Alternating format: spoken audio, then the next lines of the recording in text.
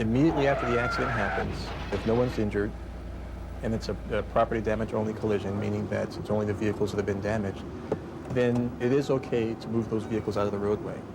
Many drivers are under the impression that they have to preserve the scene. If someone's injured and they can't be moved, yes, you'd want to leave those vehicles there. But otherwise, if everyone's fine, there's nothing wrong with moving those vehicles out of the traffic lane. The last thing you want is to have another accident. You'd also want to exchange information with the other drivers if there are other drivers involved. And we all have a responsibility. When we think of the term hit and run, we think of someone actually fleeing from a scene in a hurry. But that also covers things like your responsibility to exchange your personal information as far as the information on your driver's license, the information on your vehicle registration, and insurance information. If you leave the scene and you don't exchange that information, that is considered hit and run, the same as a person that actually flees from a scene.